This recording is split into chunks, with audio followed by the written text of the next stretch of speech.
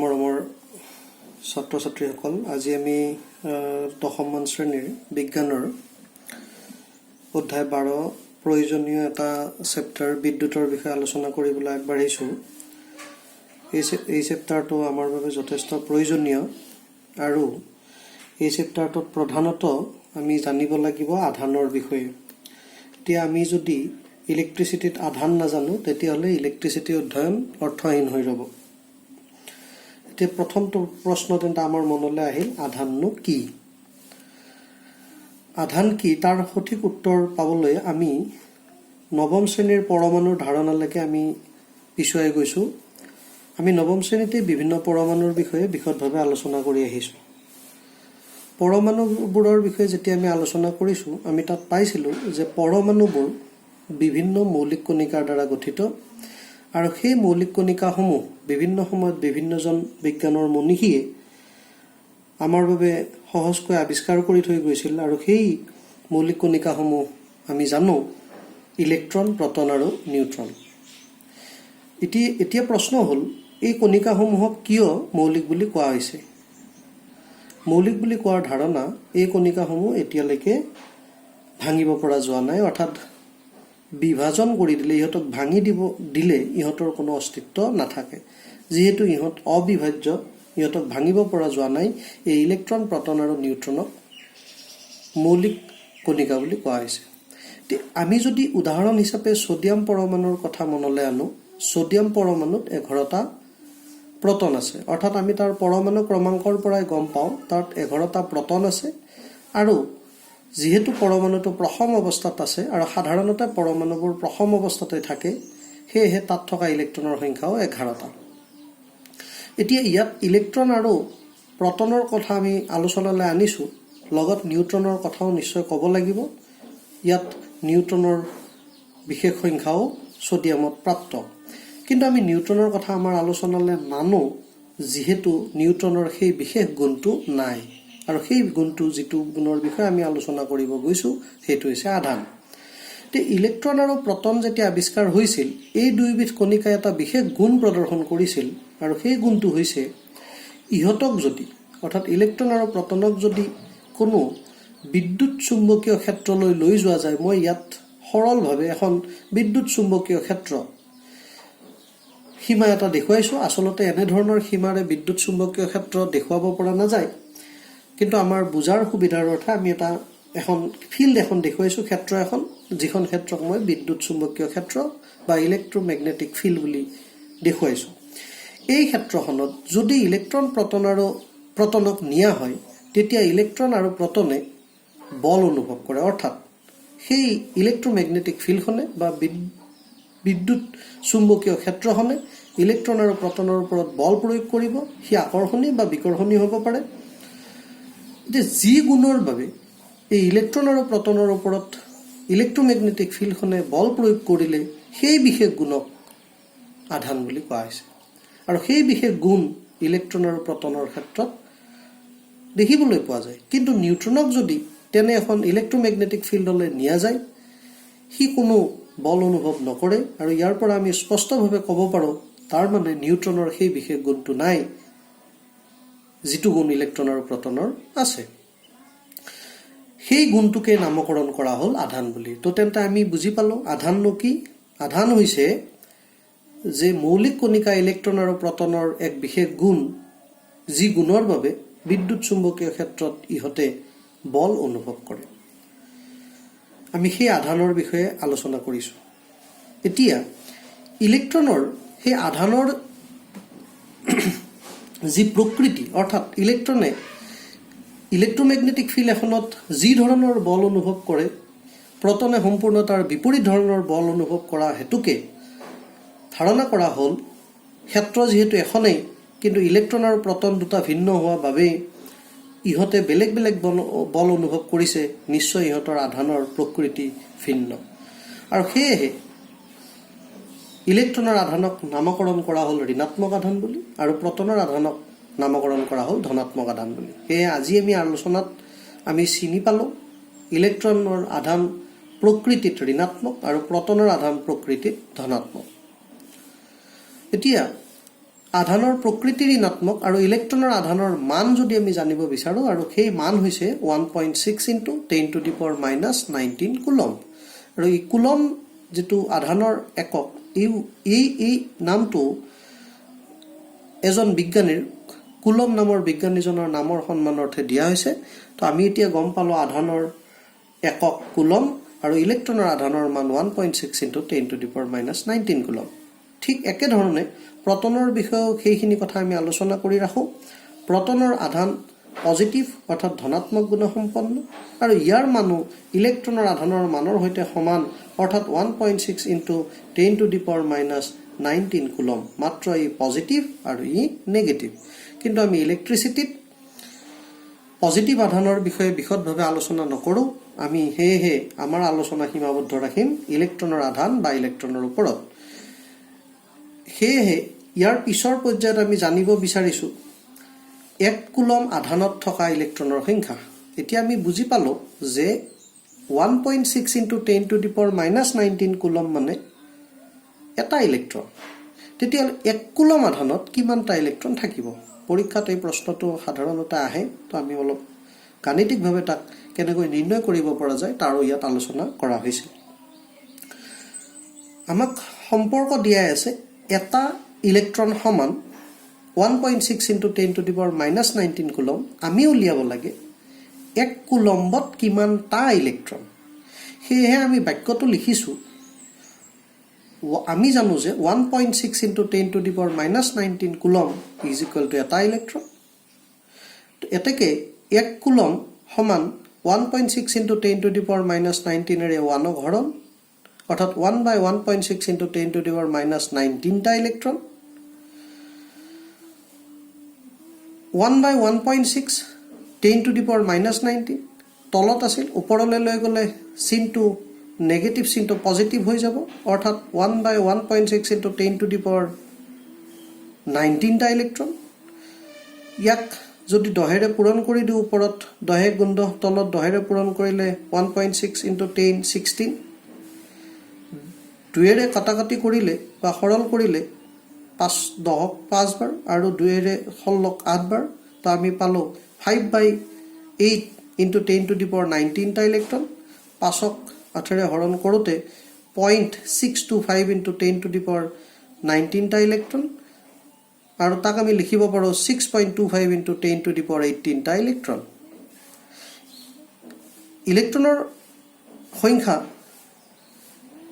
দশমিকযুক্ত হ'ব নোৱাৰে বাবে আমি তাক দেখুৱাইছো 6.25 ইনটু 10 টু দি পাৱাৰ 18 টা প্ৰায় 6 ইনটু 10 টু দি পাৱাৰ 18 টা ইলেক্ট্ৰনৰ সমান অৰ্থাৎ আমি পালো 1 কুলম আধানত থকা ইলেক্ট্ৰনৰ সংখ্যা হৈছে 6 ইনটু 10 টু দি পাৱাৰ 18 টা ইলেক্ট্ৰন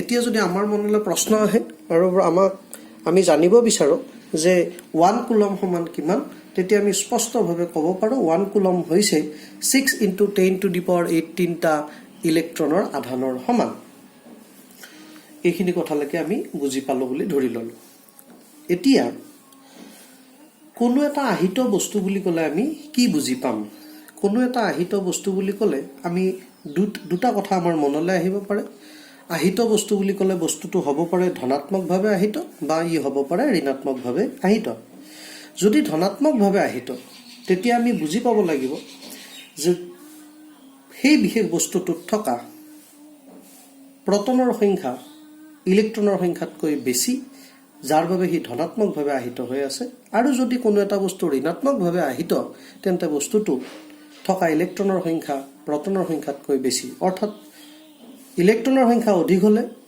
প্ৰটনৰ সংখ্যাতকৈ বস্তুটো ঋণাত্মকভাৱে আহিত বুলি কম আৰু যদি বস্তুটো ধনাত্মকভাৱে আহিত বুলি কওঁ তেন্তে আমি বুজিব লাগিব তাত প্ৰটনৰ সংখ্যা ইলেক্ট্ৰনৰ সংখ্যাতকৈ বেছি কিন্তু আহিত বস্তু এটাৰ আধান কোনো কাৰণতেই ইলেক্ট্ৰনৰ আধানৰ মানৰ অখণ্ড গুণিতকতকৈ ভিন্ন হ'ব নোৱাৰে অৰ্থাৎ কি কোৱা গৈছে এতিয়ালৈকে আমি পাইছো ইলেক্ট্ৰন অবিভাজ্য অৰ্থাৎ ইলেক্ট্ৰনক ভাঙিব পৰা নাযায় যদি ইলেক্ট্ৰনক ভাঙিব পৰা নাযায় কোনো এটা বস্তুত থকা ইলেক্ট্ৰনৰ সংখ্যা হয় এটা, নতু দুটা, নতু তিনিটা, এনে ধৰণৰ অখণ্ড সংখ্যক ইলেক্ট্ৰন থাকিব পাৰে। যদি দুটা ইলেক্ট্ৰন আছে, বস্তুটোত থকা আধানৰ পৰিমাণ হ'ব 2 × 1.6 × 10⁻⁻19 কুলম। 10টা ইলেক্ট্ৰন থাকিলে কম 10 × 1.6 × 10⁻⁻19 কুলম। 100টা ইলেক্ট্ৰন থাকিলে কম 100 × 1.6 × 10⁻⁻19 কুলম। কিন্তু কোনো এটা বস্তুত যেহেতু ইলেক্ট্ৰন 2.5 বা দশমিকযুক্ত সংখ্যাত থাকিব নোৱাৰে, সেয়েহে বস্তুটোৰ আধানৰ পৰিমাণো কোনো কাৰণত 3.5 × 1.6 × 10⁻⁻19 কুলম হ'ব নোৱাৰে, বা 10.5 × 1.6 × 10⁻⁻19 কুলম হ'ব নোৱাৰে। সেয়েহে আমি কৈছোঁ কোনো এটা আহিত বস্তুৰ আধান সদায় ইলেক্ট্ৰনৰ আধানৰ অখণ্ড গুণিতকহে হ'ব পাৰে। অৰ্থাৎ ইলেক্ট্ৰনৰ আধান যিমান, তাৰ অখণ্ড গুণিতক হিচাপে বস্তুটোৰ আধান থাকিব পাৰে। মই যদি ইয়াত আমি বুজি পাইছোঁ নে নাই চাবলৈ যাওঁ, মই এটা প্ৰশ্ন ইয়াত অৱতাৰণা কৰোঁ যে বস্তু এটাত থকা ইলেক্ট্ৰনৰ আধানৰ পৰিমাণ যদি মই বিচাৰোঁ আৰু সেইটো মই মানটো কওঁ 1.5 × 1.6 × 10⁻⁻19 কুলম, ই সম্ভৱনে? ই নিশ্চিতভাৱে অসম্ভৱ। অৰ্থাৎ এইটো হৈছে ইলেক্ট্ৰনৰ আধানৰ পৰিমাণ, তাৰ এইটো এটা অখণ্ড গুণিতক নহয়, দশমিক যুক্ত সংখ্যা, এইটো সম্ভৱ হ'ব নোৱাৰে। যদি এইটো সংখ্যা 1 বা নতুবা 15 বা যিকোনো অখণ্ড সংখ্যা হ'লহেঁতেন, তেতিয়া সেইটো সম্ভৱ হ'লহেঁতেন। ইয়াৰ পিছত আমি আমাৰ আলোচনালৈ আনিছোঁ পৰিবাহী আৰু অপৰিবাহীৰ ধাৰণা। বিভিন্ন সময়ত আমাৰ পৰিবাহী আৰু অপৰিবাহী, ইয়াত আমি আচলতে বিদ্যুৎ পৰিবাহী আৰু বিদ্যুৎ অপৰিবাহীৰ বিষয়েহে আলোচনা কৰোঁ। বিদ্যুৎ পৰিবাহী আৰু বিদ্যুৎ অপৰিবাহী বুলি ক'লে আমি আচলতে কি বুজি পাওঁ? মই তাৰ তলতে লিখিছোঁ ধাতু, আৰু বিদ্যুৎ অপৰিবাহীৰ তলতে লিখিছোঁ অধাতু। এতিয়া কৈছে সেইবোৰ পদাৰ্থক বিদ্যুৎ পৰিবাহী বুলি কৈছে যাৰ মাজেৰে বিদ্যুৎ চালিত হয়। এতিয়া প্ৰথম আমি জানিব লাগিব বিদ্যুৎ চালিত হয় মানেনো কি? বিদ্যুৎ চালিত হয় মানে হৈছে তাৰ মাজেৰে ইলেক্ট্ৰনৰ আহ-যাহ হয়। অৰ্থাৎ ইলেক্ট্ৰনৰ আহ-যাহ হোৱা, ইলেক্ট্ৰন সঞ্চালিত হোৱা, ইলেক্ট্ৰনে গতি কৰা আদি আমি বিদ্যুৎ চালিত হোৱা বুলি কওঁ। এতিয়া কোনো পদাৰ্থৰ মাজেৰে যদি ইলেক্ট্ৰনবিলাকে আহ-যাহ কৰে, চালিত হয়, সঞ্চালিত হয়, তেতিয়াহ'লে আমি সেই পদাৰ্থবিধক বিদ্যুতৰ পৰিবাহী বুলি কওঁ। এতিয়া আমাৰ জ্ঞান আছে, আমি আগতেও পাই আহিছোঁ ধাতুসমূহৰ মাজেৰে হেনো বিদ্যুৎ পৰিবাহিত হয়। তো মনলৈ প্ৰশ্ন আহিব পাৰে, কিয় ধাতুসমূহৰ মাজেৰেহে বিদ্যুৎ পৰিবাহিত হয়? আমি যদি ধাতুসমূহৰ ইলেক্ট্ৰনিক কনফিগাৰেশ্যন অৰ্থাৎ ইলেক্ট্ৰনীয় বিন্যাস লক্ষ্য কৰোঁ, তেতিয়া দেখিবলৈ পাওঁ যেনে ছ'ডিয়াম পৰমাণুৰ ইলেক্ট্ৰনীয় বিন্যাস 2.8.1, অৰ্থাৎ তাৰ 11টা ইলেক্ট্ৰনৰ প্ৰথম কক্ষত 2টা, দ্বিতীয় কক্ষত 8টা আৰু তৃতীয় কক্ষত 1টা ইলেক্ট্ৰন। ঠিক একেধৰণে পটেছিয়ামৰ 2.8.8.1, ঠিক তেনেধৰণে এলুমিনিয়ামৰ 2.8.3। এই যিবোৰ পৰমাণু আমি চাইছোঁ, এইবিলাক হ'ল ধাতৱীয় পৰমাণু। এই ধাতুসমূহৰ বহিৰ্কক্ষৰ ইলেক্ট্ৰন 1টা, 2টা বা 3টাহে থাকে। আমি ইয়াত ছ'ডিয়ামৰ 1টা, পটেছিয়ামৰ 1টা, এলুমিনিয়ামৰ 3টা বহিৰ্কক্ষৰ ইলেক্ট্ৰন দেখা পাইছোঁ। ধাতুসমূহৰ এই বহিৰ্কক্ষৰ ইলেক্ট্ৰনসমূহ নিউক্লিয়াছৰ দ্বাৰা, আমি যদি ছ'ডিয়াম পৰমাণুটোৰ কথাকে ইয়াত আমি আলোচনা কৰোঁ, এই ছ'ডিয়াম পৰমাণুটোৰ নিউক্লিয়াছৰ পৰা তাৰ বাহিৰকক্ষত যি এটা ইলেক্ট্ৰন থাকিব, সি অতি দুৰ্বল বান্ধোনেৰে বান্ধাই থাকে নিউক্লিয়াছৰ জৰিয়তে, যাৰ বাবে ধাতুসমূহৰ বহিৰ্কক্ষৰ ইলেক্ট্ৰনসমূহ আমি প্ৰায় মুক্ত ইলেক্ট্ৰন বুলি ক'ব পাৰোঁ। আমি মুক্ত বুলি ক'লে এইটো ভাবিব নালাগে ই সম্পূৰ্ণ মুকলি, ই নিউক্লিয়াছৰ দ্বাৰা অৰ্থাৎ নিউক্লিয়াছৰ ধনাত্মক আধানৰ দ্বাৰা অতি দুৰ্বল বান্ধোনেৰে, অতি কম আকৰ্ষণ বলেৰে বান্ধাই থাকে। সেয়েহে ধাতৱ পৃষ্ঠবিলাকত থকা এই যিবিলাক ধাতৱীয় পৰমাণু, তাৰ বহিৰ্কক্ষত যিহেতু ইলেক্ট্ৰন যিসমূহ থাকে, সেইবিলাক নিউক্লিয়াছৰ দ্বাৰা অতি দুৰ্বল বান্ধোনেৰে বান্ধাই থাকে, তেতিয়াহ'লে প্ৰত্যেকটো পৰমাণুৱে তেনেকৈ বহিৰ্কক্ষত থকা ইলেক্ট্ৰনসমূহ সিহঁতে এৰি দিব পৰাৰ ব্যৱস্থা থাকে। আৰু যেতিয়া কোনো বলৰ জৰিয়তে আমি সেই ইলেক্ট্ৰনবিলাকক তাৰ পৰা লৈ যাব বিচাৰিম, তেতিয়া সেইটো আমাৰ বাবে সম্ভৱ হৈ পৰে, আৰু সেয়েহে ধাতুৰ পৃষ্ঠৰ মাজেৰে ইলেক্ট্ৰন আহ-যাহ কৰা কথাটো সম্ভৱ হৈ পৰে, আৰু সেইবাবে ধাতুবোৰ বিদ্যুতৰ পৰিবাহী। ঠিক তেনেধৰণে আমি যদি অধাতুবিলাকৰ ওপৰত দৃষ্টি নিক্ষেপ কৰোঁ, তেতিয়া অধাতুবোৰ বিদ্যুতৰ অপৰিবাহী। কিয় এইটো হ'ল? যে অধাতুবিলাকে কিয় ইলেক্ট্ৰনক আহ যাহ কৰিব নিদিয়ে। আমি উদাহৰণ হিচাপে যদি অক্সিজেনৰ কথাকে কওঁ, তাৰ ইলেক্ট্ৰনসমূহ প্ৰথম কক্ষত 2টা আৰু দ্বিতীয় কক্ষত 6টা ইলেক্ট্ৰন থাকে, আৰু সেই 2 নম্বৰ কক্ষত থকা 6টা ইলেক্ট্ৰন অৰ্থাৎ ফাৰ্ষ্ট কক্ষত 2টা, এই দ্বিতীয় কক্ষত যি 6টা ইলেক্ট্ৰন থাকিব, সেই 6টা ইলেক্ট্ৰন নিউক্লিয়াছৰ দ্বাৰা বৰ প্ৰবল বলেৰে বান্ধ খাই থাকে বাবে ইহঁতে বহিৰ্কক্ষৰ ইলেক্ট্ৰনবোৰক মুক্ত হ'বলৈ নিদিয়ে, বা আমি সাধাৰণ বল প্ৰয়োগ কৰি ইহঁতৰ পৰা সেই ইলেক্ট্ৰনসমূহ চালিত কৰিব নোৱাৰোঁ, আৰু যাৰ বাবে অধাতুৰ পৃষ্ঠৰ মাজেৰে আমি ইলেক্ট্ৰন সঞ্চালন কৰাটো আমাৰ বাবে অসুবিধা হৈ পৰে, আৰু সেয়েহে ফলশ্ৰুতিত আমি পাওঁ অধাতুসমূহ বিদ্যুতৰ অপৰিবাহী। এতিয়া আমি আমাৰ আলোচনা আগবঢ়াই লৈ গৈছোঁ বিদ্যুৎ প্ৰবাহলৈকে। আমাৰ চেপ্টাৰটোৰ প্ৰথম টপিক আৰম্ভ হৈছিল বিদ্যুৎ প্ৰবাহ আৰু বৰ্তনী। মই তাৰ ভিতৰত বিদ্যুৎ প্ৰবাহ কথাখিনি আলোচনা কৰিব গৈছোঁ।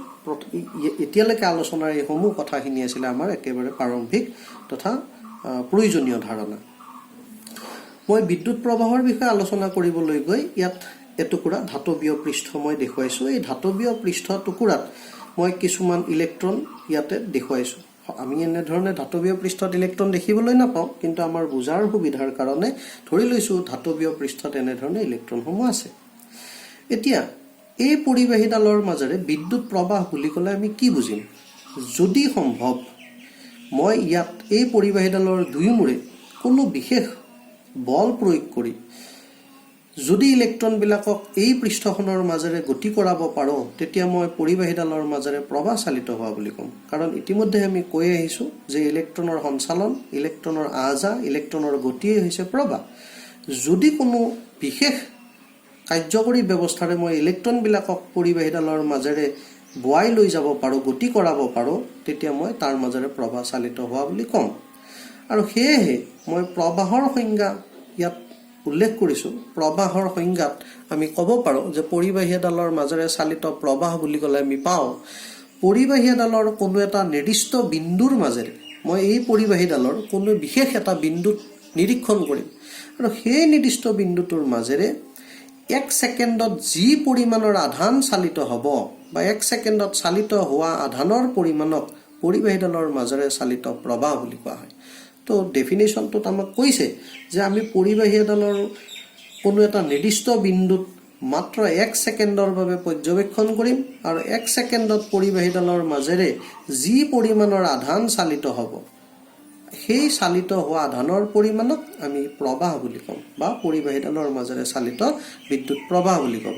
বা আমি ক'ব পাৰোঁ আধানৰ সঞ্চালনৰ হাৰক, কাৰণ হাৰ বুলি ক'লে প্ৰতি একক সময়তে নিৰ্ণয় কৰা হয়, বা এনেধৰণেও আমি ক'ব পাৰোঁ 1 ছেকেণ্ডত চালিত আধানৰ পৰিমাণক পৰিবাহীডালৰ মাজেৰে চালিত প্ৰবাহ বুলি। এতিয়া যদি আমি পৰিবাহীডালৰ মাজেৰে ইলেক্ট্ৰনবোৰ গতি কৰি আছে আৰু সেই মুহূৰ্তত পৰিবাহীডালৰ মাজেৰে চালিত প্ৰবাহৰ পৰিমাণ আমি জানিব বিচাৰিছোঁ, তেতিয়া আমি ধৰি লৈছোঁ ধৰা হ'ল পৰিবাহীডালৰ এই এটা কোনো নিৰ্দিষ্ট বিন্দু, আৰু এই বিন্দুটোৰ মাজেৰে t ছেকেণ্ডত কোনো বিশেষ সময় আমি t ছেকেণ্ডৰ বাবে এইটো আলোচনা কৰিছোঁ, t ছেকেণ্ডত কিউ কুলম আধান চালিত হৈছে। এইটো আমাৰ সম্ভৱৰ বাবে আমি আলোচনাৰ সম্ভৱৰ বাবে এইটো ধৰি লৈছোঁ যে পৰিবাহীডালৰ মাজেৰে t ছেকেণ্ডত কিউ আধান চালিত হৈছে। যদি t ছেকেণ্ডত কিউ আধান চালিত হয়, তেন্তে আমি তাৰ পৰা গাণিতিকভাৱে বা ঐকিক নিয়ম পদ্ধতিৰে নিশ্চয় 1 ছেকেণ্ডত চালিত আধানৰ পৰিমাণ উলিয়াব পাৰিম, আৰু সেইখিনিকে মই ইয়াত উলিয়াই দেখুৱাইছোঁ আমাৰ সকলোৰে বোধগম্য হোৱা বিধৰ। মই ইয়াত লিখিছোঁ t ছেকেণ্ডত চালিত হোৱা আধানৰ পৰিমাণ কিউ কুলম, এতেকে 1 ছেকেণ্ডত চালিত হোৱা আধানৰ পৰিমাণ কিমান হ'ব? নিশ্চয় q/t। আৰু আমি ইতিমধ্যে ডেফিনেশ্যনত পাইছিলোঁ যে 1 ছেকেণ্ডত চালিত হোৱা আধানৰ পৰিমাণক কি বোলা হয়? প্ৰবাহ বোলা হয়।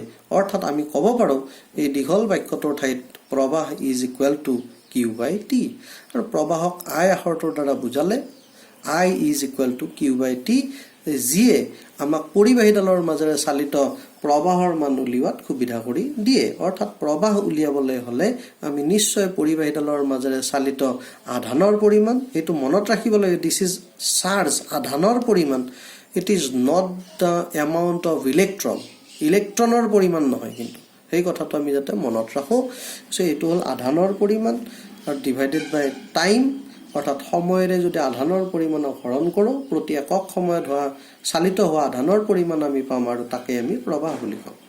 এতিয়া প্ৰবাহৰ মান যেনেকৈ আমি কিউ আৰু টিৰ মানৰ পৰা নিৰ্ণয় কৰিব পাৰোঁ, নিশ্চয়কৈ প্ৰবাহ নামৰ ভৌতিক ৰাশিটোৰ একক আছে আৰু সেই এককৰ বিষয়ে আমি আলোচনা কৰিবলৈ আগবাঢ়িছোঁ। প্ৰবাহৰ একক যদি আমি গাণিতিকভাৱে চাওঁ, প্ৰবাহ ইজ ইকুৱেল টু কুলম আধানৰ পৰিমাণ ডিভাইডেড বাই সময়। এতিয়া প্ৰবাহৰ যদি একক লাগে আমি আধানৰ একক কুলম আৰু সময়ৰ একক ছেকেণ্ড বহুৱালে প্ৰবাহৰ একক পাম আৰু সেই এককটো হ'ব কুলম বাই ছেকেণ্ড। এই কুলম বাই ছেকেণ্ড এককটোকেই এম্পিয়াৰ নামৰ বিজ্ঞানীজনৰ নামৰ সন্মানাৰ্থে নামকৰণ কৰা হ'ল এম্পিয়াৰ বুলি। সেয়েহে আমি ক'ব পাৰোঁ যে প্ৰবাহৰ একক এম্পিয়াৰ আৰু ampere is equal to coulomb by second. এম্পিয়াৰক এই আখৰৰ দ্বাৰা বুজোৱা হয়। তো আমি কোনো এডাল পৰিবাহীৰ মাজেৰে চালিত প্ৰবাহ 10 এম্পিয়াৰ 20 এম্পিয়াৰ ইত্যাদি পাই যাম আৰু এম্পিয়াৰ ইজ ইকুৱেল টু তেন্তে আমি কি ক'ব পাৰোঁ কুলম বাই ছেকেণ্ড। তো আমি প্ৰবাহৰ একক এম্পিয়াৰ বুলি জানিব লাগে, কিন্তু এইটোও জানিব লাগে যে এম্পিয়াৰ মানে কুলম বাই ছেকেণ্ড। এতিয়া আমি জানিব যদি বিচাৰোঁ যে পৰিবাহী এডালৰ মাজেৰে 1 এম্পিয়াৰ প্ৰবাহ চালিত হৈছে, ইয়াৰ অৰ্থনো কি? গাণিতিকভাৱে আমি পাওঁ 1 এম্পিয়াৰ যদি পাব লাগে আমি ক'ম I is equal to Q by T, প্ৰবাহ উলিওৱাৰ গাণিতিক ফৰ্মুলা। তো তেন্তে I যদি 1 এম্পিয়াৰ পাব লাগে নিশ্চয়কৈ কিউ আৰু টিৰ মান যদি 1 কুলম আৰু 1 ছেকেণ্ড হয় 1 বাই 1 ইজ ইকুৱেল টু মই 1 পাম আৰু কুলম বাই ছেকেণ্ড মানে এম্পিয়াৰ পাম। অৰ্থাৎ 1 এম্পিয়াৰ মানে আমি গাণিতিকভাৱে ক'ব পাৰোঁ 1 কুলম বাই 1 ছেকেণ্ড। এতিয়া বাস্তৱতে ইয়ে কি বুজাইছে? পৰিবাহী এডালৰ মাজেৰে 1 এম্পিয়াৰ প্ৰবাহ চালিত হৈছে মানে গাণিতিকভাৱে হয় 1 ampere is equal to 1 coulomb by 1 second, কিন্তু বাস্তৱ ক্ষেত্ৰত আমি এই কথাটো ক'ম যে পৰিবাহী এডালৰ মাজেৰে 1 এম্পিয়াৰ প্ৰবাহ চালিত হৈছে, ইয়াৰ অৰ্থ হৈছে পৰিবাহী এডালৰ কোনো এটা নিৰ্দিষ্ট বিন্দুৰ মাজেৰে 1 ছেকেণ্ডত 1 কুলম পৰিমাণৰ আধান সঞ্চালিত হৈছে। সেয়েহে পৰিবাহীডালৰ মাজেৰে চালিত আধানৰ পৰিমাণক 1 এম্পিয়াৰ বুলি কোৱা হৈছে। এতিয়া পৰিবাহী এডালৰ কোনো এটা নিৰ্দিষ্ট বিন্দুৰ মাজেৰে চালিত প্ৰবাহৰ পৰিমাণ আমি গাণিতিকভাৱে উলিয়াব পাৰিলোঁ আৰু এই প্ৰবাহৰ মান জুখিবৰ বাবে এবিধ বিশেষ সঁজুলি আছে আৰু সেই সঁজুলিবিধৰ নাম হৈছে মিটাৰ। অৰ্থাৎ মিটাৰ নামৰ সঁজুলিবিধৰ জৰিয়তে আমি কি জুখিব পাৰোঁ? প্ৰবাহৰ মান জুখিব পাৰোঁ। আৰু বৈদ্যুতিক কোনো সংযোগ ব্যৱস্থাপনা এটাত মিটাৰ এটা সদায় শ্ৰেণীবদ্ধভাৱে সংযোগ কৰিলে আমি বৰ্তনীটোৰ মাজেৰে চালিত প্ৰবাহৰ পৰিমাণ নিৰ্ণয় কৰিব পাৰোঁ। ইয়াৰ লগতে আমি আন দুটা কথা সংযোজিত কৰিছোঁ। প্ৰবাহৰ একক আমি এম্পিয়াৰ বুলি পালোঁ। এই এম্পিয়াৰটো প্ৰবাহৰ এটা ডাঙৰ একক। ইয়াতকৈ সৰু একক খুব কিছুমান আছে, তাৰে ভিতৰত মিলি এম্পিয়াৰ এৰে বুজোৱা হয়, মাইক্ৰ' এম্পিয়াৰ এই ধৰণে বুজোৱা হয়। আমি জানিব লাগে মিলি এম্পিয়াৰ মাইক্ৰ' এম্পিয়াৰ ইত্যাদিৰ সৈতে এম্পিয়াৰৰ সম্পৰ্ক কি।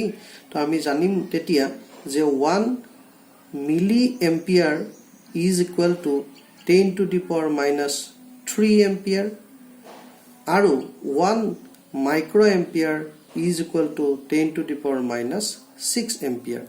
কাৰণ কেতিয়াবা আমাক গাণিতিক সমস্যা সমাধানৰ সময়ত প্ৰবাহৰ পৰিমাণ মিলি এম্পিয়াৰ মাইক্ৰ' এম্পিয়াৰতো প্ৰদান কৰিব পাৰে আৰু বিভিন্ন গাণিতিক সমস্যালৈ আমি ইয়াৰ পিছৰ ভিডিঅ'টোত আহিম। আজি ইমানতে ভিডিঅ'টো সমাপ্ত কৰিছোঁ। ভিডিঅ'টো চাই কোনো অসুবিধাজনক কথা থাকিলে, কোনো কথা বুজি নাপালে, সঠিক উত্তৰ নাপালে আমাৰ সৈতে নিশ্চয় যোগাযোগ কৰিব। ছাত্ৰ ছাত্ৰীসকলৰ সুবিধা হোৱাকৈ আমি পিছৰ পৰ্যায়ৰ ভিডিঅ'বিলাক উন্নত কৰাৰ চেষ্টা কৰিম। ধন্যবাদ।